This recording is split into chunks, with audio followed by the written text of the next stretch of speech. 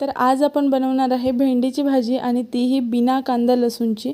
हा पितृपक्षाचा महिना सुरू आहे आणि पानासाठी बिना कांदा लसूणची भाजी बनवते, म्हणून मी या छोट्या-छोट्या रेसिपी टाकत आहे।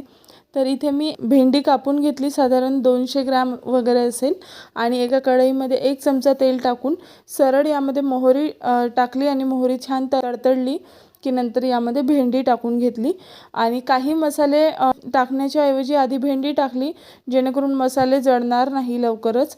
मग नंतर मी त्यामध्ये टोमॅटो टाकलं। टोमॅटो ऑप्शनल आहे, तुम्हाला आवडत असेल तर टाका, नाही टाकलं तरी चालते।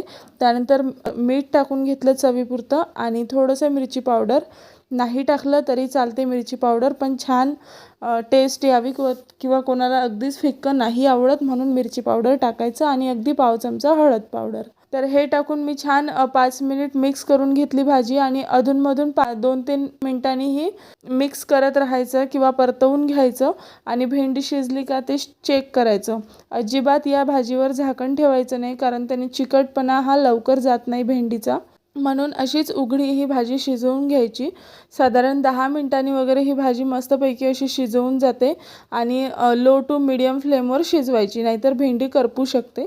आता कोथिंबीर टाकून मी गॅस बंद केला, मस्तपैकी कोथिंबीर मिक्स केली आणि भाजी आपली रेडी झाली।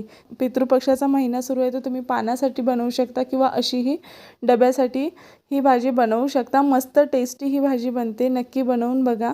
कशी झाली रेसिपी तेही कमेंट करून नक्की सांगा। पुढील व्हिडिओ बघायला विसरू नका, एक अशी छानशी रेसिपी घेऊन येईल। व्हिडिओला लाईक शेअर करून चॅनलला सबस्क्राईब करा। धन्यवाद।